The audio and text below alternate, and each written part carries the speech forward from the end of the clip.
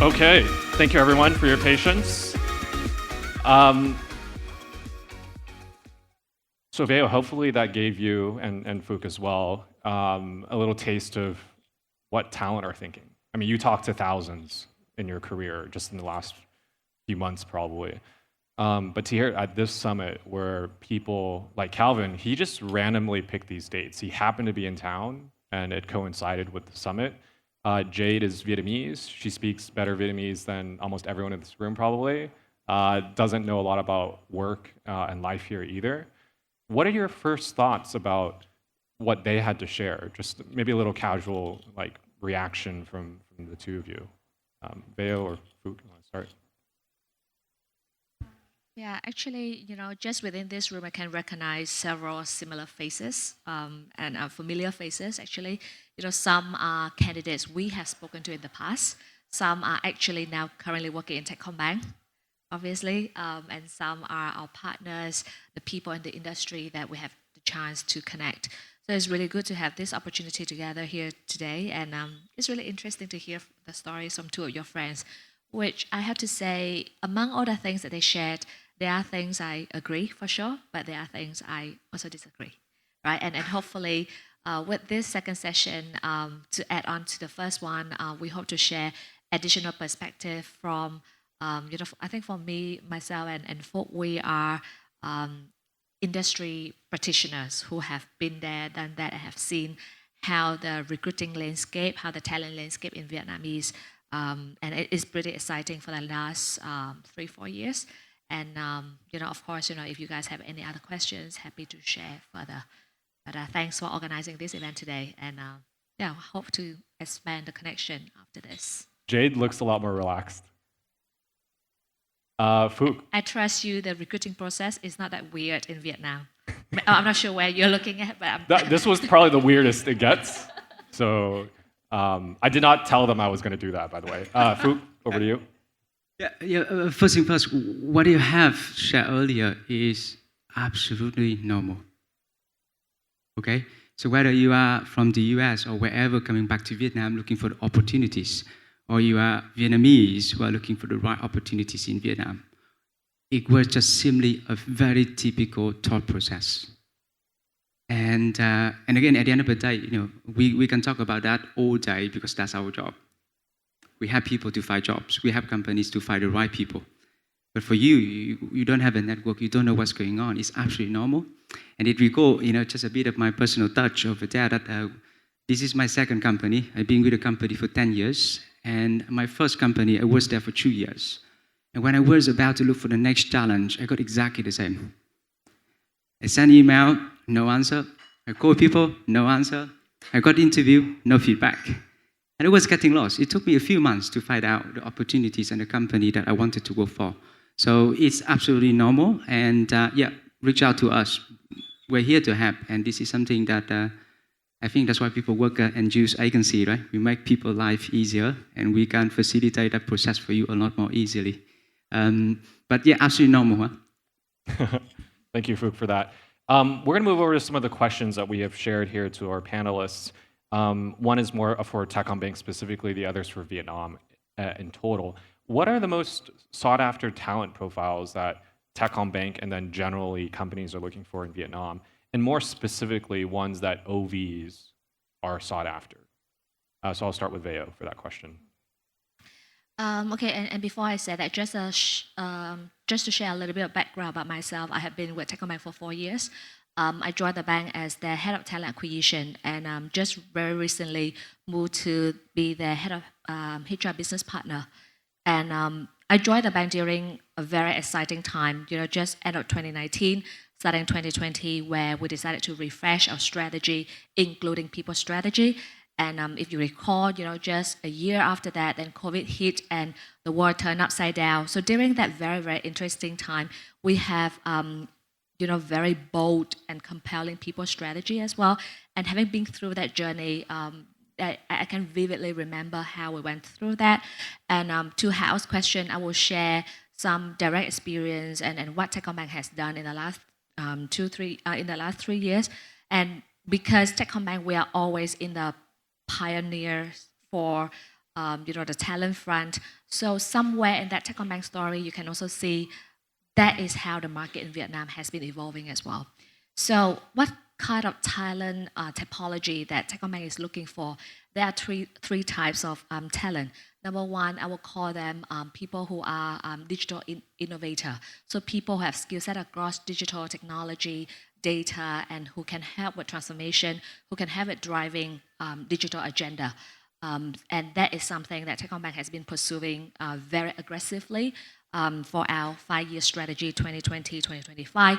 And, this includes all the skill set, all the latest skill set that you're talking about, from building our data and analytics capability from scratch until, into, moving all our applications on cloud, building the best-in-class mobile platforms, so on and so forth. And just to share with you some figures, from 2020 to about 2023, we almost threefold, actually near fourfold, our tech data digital population. When I started, our population for that group is about, I would say 600 something, and now we are above 2,000 and a half across. And we are doing all of that despite COVID, despite, fierce competition from the market. If you recall, there's a period whereby, great resignation, everybody going for talent, the salary got surged up high, and then, there seems to be never enough talent in the market. So, and that will continue to be the trend moving forward, because if you look at banking, financial services industry in more mature market like Singapore, Hong Kong, actually it's no longer just a traditional industry, and the demographics of the talent has started to shift as well. If you look at a bank like DBS, their technology, data, digital population is about 25%, 25 to 30%.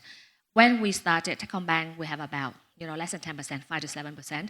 Now we're at 15, and I believe we will still continue to grow until we reach about 20. So that means the landscape of talent and the way how banks and financial services operate will be very different, right?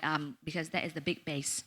The second type of talent we're looking for are the people in journey design, right? By journey design, I mean customer journey design, people who have design thinking capability, problem-solving capability, who can manage own product life cycle end-to-end, people who are coming up with solutions for customer from end-to-end of their customer journey, understand the different touch points and understand the pain points and understand how to bring best experience for customer from both offline and online experience. And the third group of talent that we are looking for is people who are business enablers. So these are people who are not necessarily at the forefront or at the front line generating revenues, but they are the people who enable things, making things happen, making the process more seamless, making the operations more efficient, and can change the way of working, change the mindset, etc. And for the last few years, we invest quite a fair bit in enterprise agility, in the new way of working. We have our own kind of Techcom way, which is the way of working, the way how the entire ecosystem operate with clear cadences. And we have coaches in the house to guide people through agile way of working, so on and so forth. So yeah, so these are the examples of people who are not the front line, not the digital people, not a journey design that interface with customers, but they bring a lot of values. So, and I would say the trends out there in the market, and maybe Phuc can back me up for the last few years, wouldn't be too different from that, especially in the busiest parts of the market. Very good. I can think of some people that fit those profiles, maybe even all three. Phuc, over to you. Generally, you don't cover Absolutely. just tech, obviously. You Yes. cover a lot more than that, and probably much more. Yeah. What are just some highlights that you can share about priorities? The good news is we see opportunities everywhere. And I think this is one of the fascinating to work for a recruitment company, because we connect with people, candidates and clients, and we know pretty much what's going on in the market.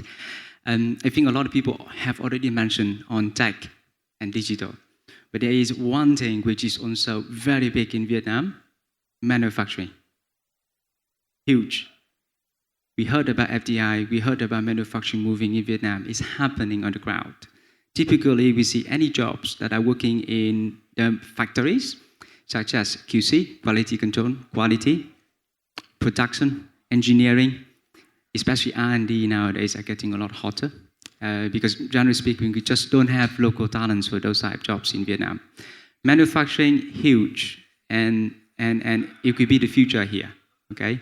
And I think, and Khánh has already shared, it's not a coincidence where, in 1 year we have a American president and also the Chinese chairman to come to see us at the same time. And this is also what we see on the day-to-day basis, based on the jobs that we are getting from our clients. It's really exciting with the manufacturing. Tech and digital, we talked about it already, but it's also one additional factors that I wanted to add in is our domestic market. 100 million of population, super young population, consumer spending is there. What does it mean? Consumer-based companies are doing very good. Healthcare, always good, especially when we talk about we are about to enter the golden time for our countries and moving forward as well. We see a lot of activities at those companies and the growth rate is really good. So that's just on top of that. In terms of functional expertise, generally speaking, as Val said, whether you are HR professional, legal professional, finance professional, business partnering skill is super important, okay? So know what you are doing from the functional perspective, but translate it into the business and support the business to make a better decision. We see a big demand for legal as well. If you look at what's going on for our real estate market or industrial business, there is a big things happening around that. And for MNC to navigate around the business during this time, it's really important to know and to understand what exactly it is on the ground. But it's super exciting, I could say. And one of the pain points for Vietnam market is that if you ask any recruiter, it's almost impossible to give you a benchmarking of the market. We just have a big gap between supply and demands, and sector by sector as well. So when we started to go a bit deeper, all right? Like Nguyen has mentioned earlier on data science, for example, it's a pain point for everyone really, and it's also a pain point for a recruiter to find a qualified candidate. And when I said about those things, we are only doing recruitment and we are focusing middle to senior levels. So basically, when you look at our companies, we only recruit for top 15 to 20% of the employees, basically. So the data is only relevant in that. Of course, at the entry level, it might be the other way, but it's just a couple of cents per man. Yeah, thank you very much for that. And I think I want to switch gears a little bit to also the misconceptions. We heard from two of our friends here that they used words like terrified and unknown and random, among other words. We've been here for a long time. You work in the space. I'm sure that comes up all the time. What's your reply to them? What do you tell them to kind of make them like, okay, cool? And we can also even mention about like work permits and moving here, relocation, family. Like how do you make them relaxed a little bit? So I'll start with Veo for Techcombank candidates. Or just keep them scared. I wouldn't paint them a rosy picture, I would say, but I wouldn't scare them off either. So we just need to be realistic. And just now there was a question where the answer is depends. I think in life, when you're not sure about anything, you can say it depends. So it really depends on how you're stepping into this market.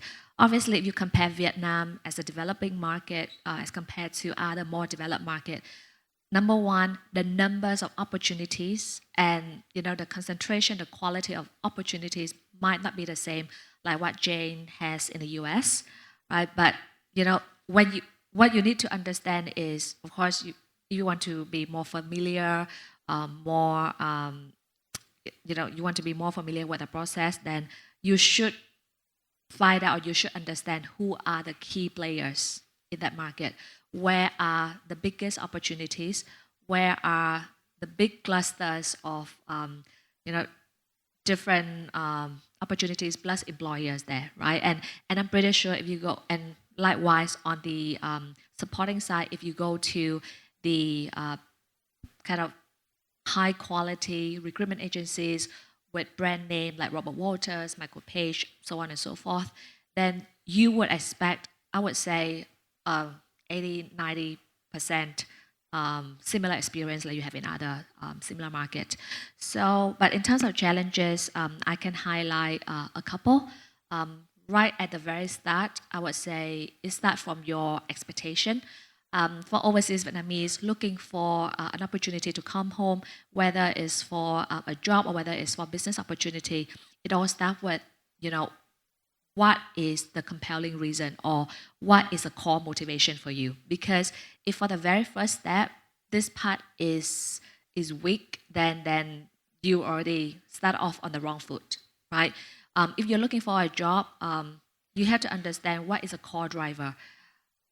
There's no right or wrong, but some people may say, oh, hey, I want to have the best compensation package, even similar to what I have in Singapore, in the US, or in the most expensive places in the world.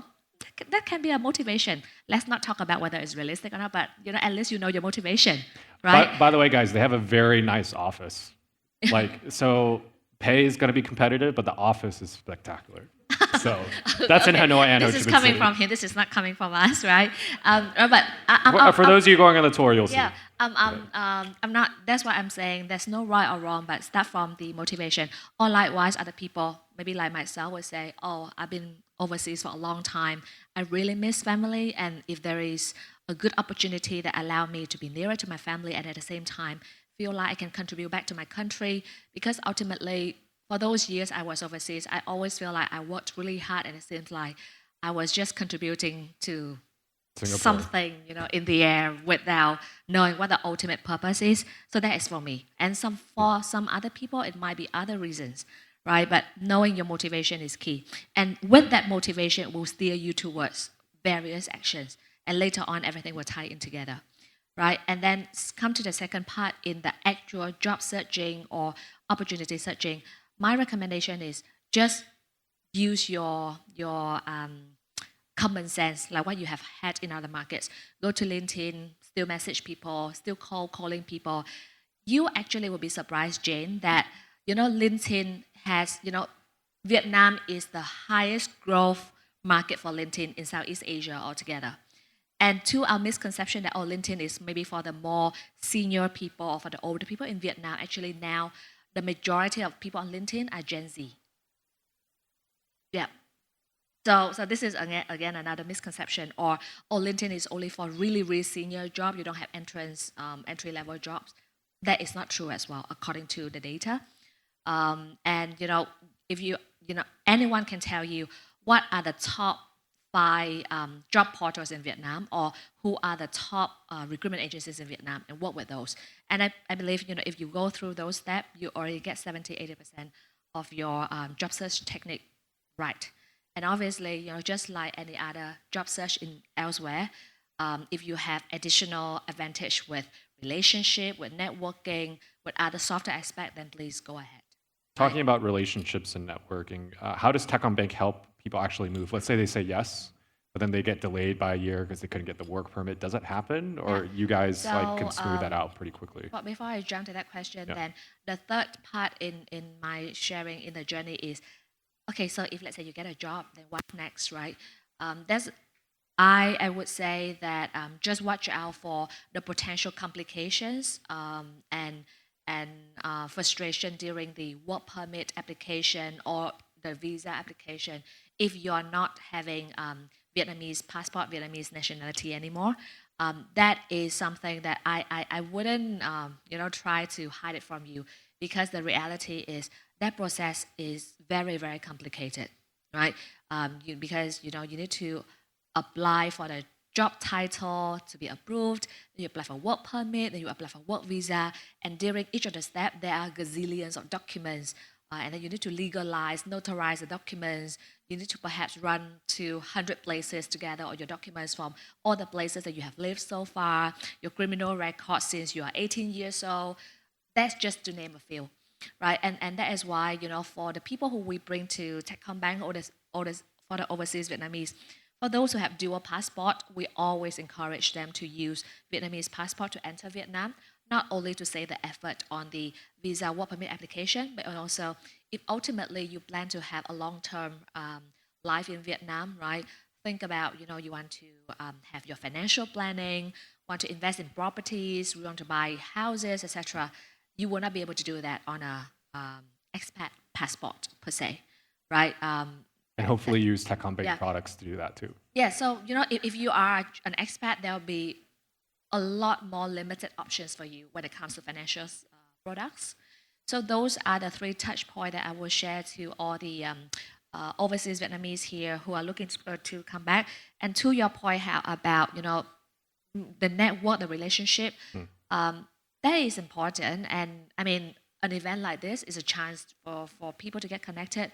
And for people who join Techcombank eventually, we are also conscientious about that. That's why, whether through formal event or through informal event, formal network, we encourage people, what we call the homecomer group in Techcombank, to get together and to have their bigger group, smaller group, so that they have buddies and they can support each other during their onboarding journey in Techcombank. And by onboarding, I mean not just the first few weeks or few months, but it can be a long-term relationship. If you want to find more friends, we do have an after party at 6 p.m. If you don't have a ticket yet, you can still buy it at the door. Phuc and Via, I have one last question before we kind of wrap things up here. What do you believe the overers here can take away in terms of the opportunity? What are some last words you can share to inspire them about why work here versus wherever else in the world? The first thing, what I could say is to find a trusted partner. Okay, no one knows anything. You are very good at what you do, whether you are HR, finance, or tech. That's all expertise. But there is someone else who got the expertise that you are looking for. Okay, people by people can be different. Personally, for me, changing job, finding a new job, perhaps is the most difficult decision to make, really. Because it's not only about a job, it's the career there. On the one hand, you can find a job that you can work, and the thing is, it's not that difficult to find a job where you can get a paycheck and etc. Right? But can you get a career there? Can you grow there? Who are your colleagues? Who are your managers? Who are your bosses, etc. Okay, it's a lot more complicated than what we think usually. On the one hand, we think about how to get in. But it's equally important or even more important on, okay, once we are getting into the business, what next? Are we going to make that journey for 1 year or 10 years? I think is a fundamental question that we need to ask, okay?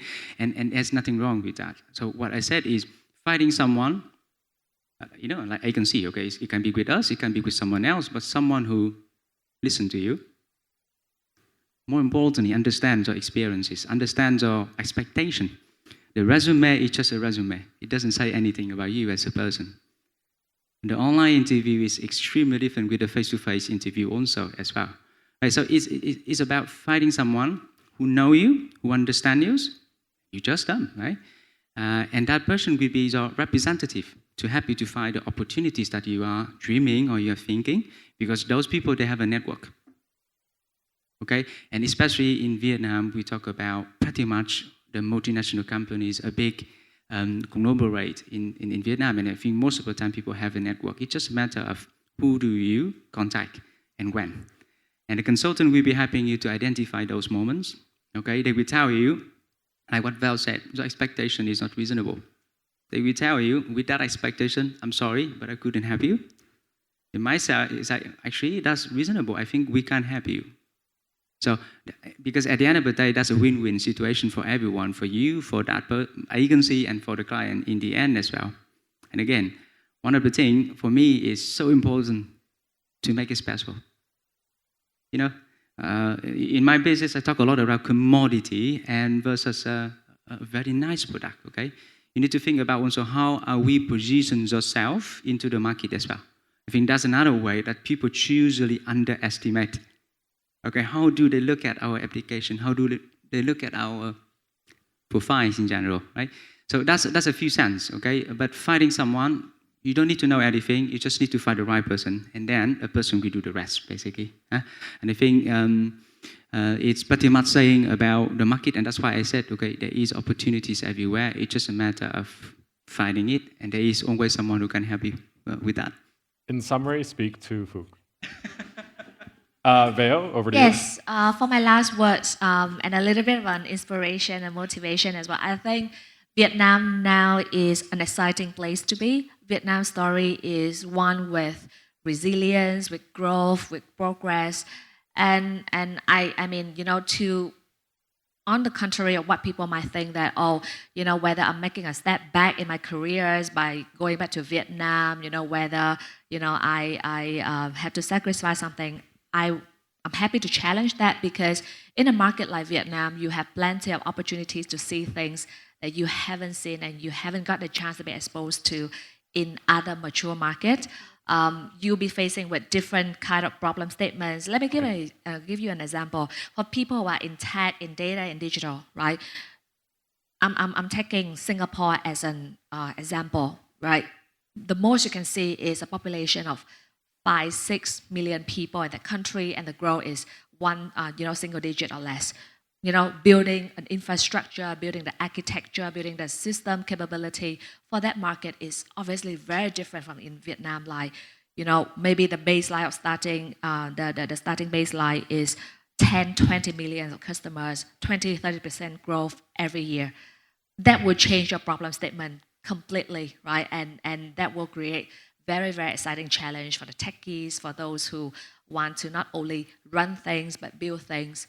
And you know, those who are in sales and business development, imagine dealing with, you know, fast-growing market, one of the fastest-growing economy in Southeast Asia, dealing with, you know, year-on-year sales target of 100-200% is, you know, ridiculous, is phenomenal, is crazy, whatever words you mention it. So this, you know, not sometimes, but a lot of opportunities in Vietnam will allow you to see things that you wouldn't be able to see just because of the nature of the market. So don't, you know, if you have a little bit of a, you know, just take a leap of faith and see these exciting challenges and turn challenges into opportunities. And I would say, you know, and ultimately, if you feel strongly tied, strongly connected to your roots, your aspiration, that is also where you can see how you can add value for yourself, how you can increase your value, and also how you can add values to the organizations in Vietnam and the wider Vietnamese community here. And for me, that is also part of my big motivation. And I have to say, 4 years coming back to Vietnam, I've never worked that hard in my life. I thought I was a workaholic when I was in Singapore. But in Vietnam, you know, I've never worked that hard. Honestly, my workaholic level, you know, go to another notch. But honestly, I never look back, and I have grown so much. I would say like 3-4 times what I could have got if I continued to stay in Singapore or in other overseas country. So I hope you find your reasons, and whatever it might take you in the next step. I wish you all the best. Amazing. Thank you so much, Veo, for that, and to Phuc as well. We are way over time, but I'm going to field maybe 1, maybe 2 questions. The gentleman here on the right. Thank you. Hi, everyone. My name is Sun. I'm half Swiss, half Vietnamese. And I would like to ask the following question. How do you see the future of the war for talent and the impact it can have on overseas Vietnamese, knowing that I've read somewhere that Vietnam is one of the world's fastest aging population, and that by 36, Vietnam will move into the aged society category. So how do you see the future here? Okay. Veo, Phuc, do you have any comments about the aging population, how that could affect the battle for talent, or will that put pressure on it? Like in Japan, I was just there last month. Recruiters are paid so much because people don't move in Japan. Amazing. Also, everyone's old now. So I think factually speaking, I don't think Vietnam is in the top 10 fastest aging country. Maybe it's in the top, but you know, it depends which top we are talking about, right? So I don't want to scare people off that we are like way worse, right? Because in front of us we have Japan, Korea, Singapore, we have China, etc. So as far as I can remember, we are definitely not in the top 10 fastest growing. So your question is a little bit wide, so maybe let me try to digest it. So onto the aging population, I guess that is a macro question that neither Phuc nor I will have the answers to. But from us, the people who are in talent, human resources function, what that means for us is keep thinking about upskilling and reskilling. That is what we can do, right? Upskilling meaning that for the existing, for the existing people who for the entering workforce population, we make sure that we train them, we upskill them with the right skill, the right tools, and what is relevant. For the existing workforce, we need to think about we need to think about how do we reskill them to make sure that they are relevant with the very fast changing, fast evolving landscape out there. Just in my example earlier, for us, like a company, if we are moving very fast from just 5% of the population are in tech, in data, to about 20%, then, where were the people who used to be that 20%, right? We need to do something with them. We need to retrain them, reskill them, or find other opportunities for them to make sure that they're relevant. So at least for me, from a HR perspective, that is something that is within our control. Obviously, we can't control how, the birth ratio, how people plan their family. Can make more babies. Okay. But make more babies, maybe, Yes. to all of us here. But then yes. To the question of overseas Vietnamese, this is something that I've been kind of contemplating to say, because I keep hearing people talking about it. Honestly, I don't think there is any difference between overseas Vietnamese and local Vietnamese in terms of having the fair opportunities for a job. For me, as an employer, I don't think, if I face two candidates, one is overseas Vietnamese and one is local Vietnamese, I don't think I will just choose one over another just because I have years working overseas. It really boils down to give it everything the same, the capability level, the fit to the job level. So for me, it doesn't matter, your background, it's how you perform and how you compete with each other, everything else being equal. Hopefully that answers your question, Son. We have time for one more question. This will be to Phuc, and then we'll move over. So our buddy Kang here, he's been very active today. Yes, hello. So my question is that I see that when people talk about Vietnam, there are usually complimentary words such as talented or potential. But let's look at the other side. What limitation or what qualities do you think that young Vietnamese or maybe overseas Vietnamese should improve or change their mindset a little bit to be more better at work to create more high efficient work? Thank you very much. So over to Phuc, and then we'll be closing the session. Phuc. Yeah. So just directly come to my mind is first thing first is be patient. Things do not happen over the night, and those things it takes time. Even you change from company A to company B, or if you move from country A coming back to Vietnam, it took time to understand the culture. It took time to understand how it works. It took time to integrate to those things. And one of the biggest frustration, really, as a recruiter, to look at the generation is, we tend to move from A to B super quickly. Obviously, we understand, for example, in tech, okay, it absolutely what needed, right? Things are moving a lot faster, skill set, and etc. It's okay, but for the rest, it's quite concerning to see, because with that, going back to your question 9, it's a functional expertise that you build over the time in whatever you do. Because at the end of the day, that's how the companies are buying into you at the end as a candidate. If you don't have that in the end, it's very difficult. And for now, obviously, as immature markets from that angle, people still not just seeing the consequences of that. Of doing that. Moving from A to B very quickly. But if you look at our neighbors, not neighbor, but nearby countries like Singapore or Malaysia, if you are moving, hoping like that, you couldn't find a job. Because people won't interview, for example. Right, so just to come back to your question, except, okay, obviously there are always exceptions, but generally speaking, patient, take a bit of time. And that's why choosing the right company to go for is even more important. Because I know there are a lot which are out of control, you know, once you are there with the company. But directly, that's would be my first thinking. Very good. Thank you, Phuc. Thank you so much, Veo. Round of applause for our two guests today. Thank you so much, Veo. Yeah. Thank you. Thank you.